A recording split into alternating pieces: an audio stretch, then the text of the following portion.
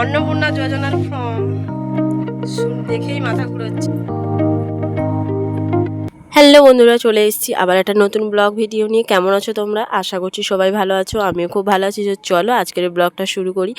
প্রথমে আমি আজকের ব্লগটা শুরু করেছি বন্ধুরা স্নান করার পরে আমি নিজেকে যেভাবে রেডি করি, আমি মুখে সবসময়ের জন্য অ্যালোভেরা জেল ইউজ করি, যাতে হচ্ছে সানস্ক্রিমের কাজটা করে। আমি সানস্ক্রিম ইউজ করি না, অ্যাকচুয়ালি সানস্ক্রিমের দাম অনেক, 200-300 টাকা দাম পড়ে যায়।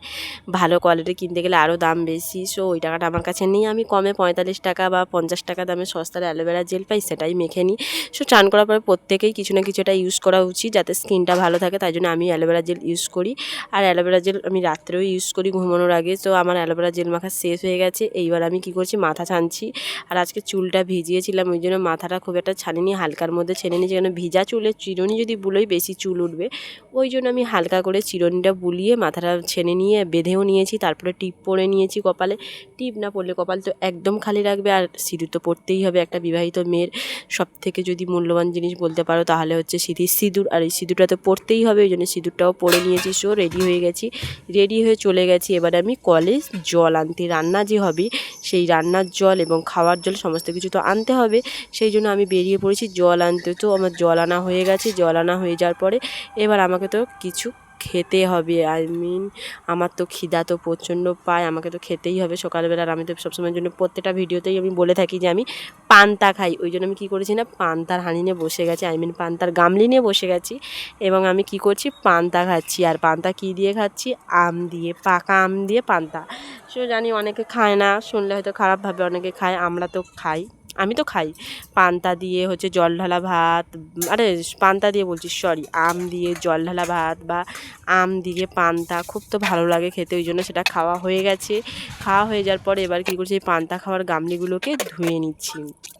আর পান্তা খাওয়ার গামলি বলতে আমি যেটা খেয়েছিলাম ওই একটা দুটোই গামলি ছিল, খুব বেশি গামলি না। ধুয়ে নিয়ে মুখটাও ধুয়ে নিয়েছি, নিয়ে এবার গামলিগুলো রেখে দিয়েছি। আর এদিকে দেখো আমার বাবা বাজার থেকে মাছ কিনে নিয়ে এসেছিলো বলে মা হচ্ছে মাছ কুটছি। আর মাছ কি বলো, সেই ভেতো মাছ টাইপের বলে, খুব একটা বড়ো হয় না, এক চাকর করে হয় সেই মাছ।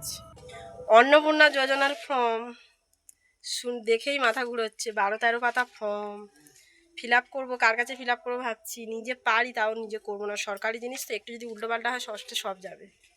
অন্নপূর্ণা ফর্মটা ফিল আপ করতে হবে, আমি পারলেও করবো না ভাবছি। আর এদিকে দেখো আমার বাবা যত সব ডিটেলস দেয় যে ফর্মের মধ্যে দিতে হবে, ওই জন্য সমস্ত ফাইলপত্র নেড়ে নেড়ে সেই সব ডিটেলস বের করছি। আমি বলছি ঠিক আছে, একটু পরে আমি ওইগুলো সাইজ করছি ফর্মের ব্যাপারে, আগে গিয়ে রান্নার জোগাড়টা করি, আনাজ টানাজ কাটতে হবে। এই বলে আনাজ কাটতে বসে গেছি।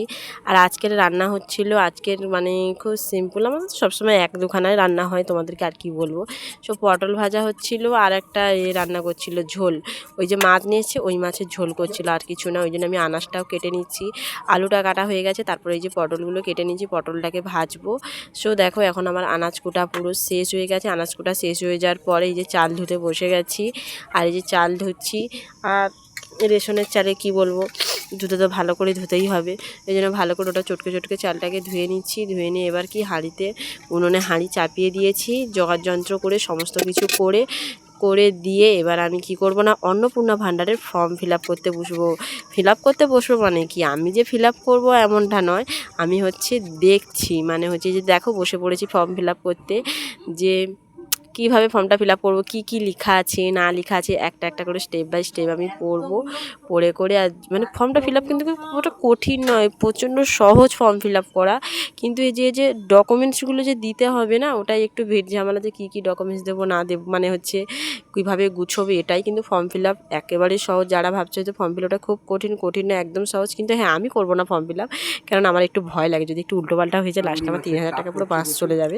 ওই জন্য নিজে বলছি লোককে করতে, কিন্তু আমি নিজে করছি না, আমি অন্য লোকের কাছ থেকে করবো আর কি, কারণ আমি নিজে কমফোর্টেবল ফিল নেই ওই জন্য। তারপরে এই যে খেতে বসে গেছি, দুপুরে রান্না হওয়ার পরে যে মাছের ঝোল হয়েছে, আর হচ্ছে পটল ভাজা, যে বাবা খাচ্ছে, মা খাচ্ছে ওদিকে, আর এই যে আমি এদিকে বসে খাচ্ছি। দেখেছো তো আমি কত করে ভাত খাই, ওই জন্য তো মোটা। অ্যাকচুয়ালি কী বলো তো, বাঙালি তো ভাত না খেয়ে থাকা যায় না। আর হচ্ছে গ্রামের মধ্যে ভাত পান্তা এইগুলোই খেয়েই আমাদের পেট ভরে, আর কি খাবো বলো। তারপরে এই যে খাওয়া শেষ, ঘুমোতে যাব। তারপরে ভাবলাম যে না, রোদে যেই সব জামা কাপড়গুলো মিলাতে দিয়ে এসেছিলাম সেইগুলো তুলে নিয়ে আসি, স্নানের পর যেই সব মানে বাসি জামা কাপড়গুলো মেলেছিলাম সেইগুলো।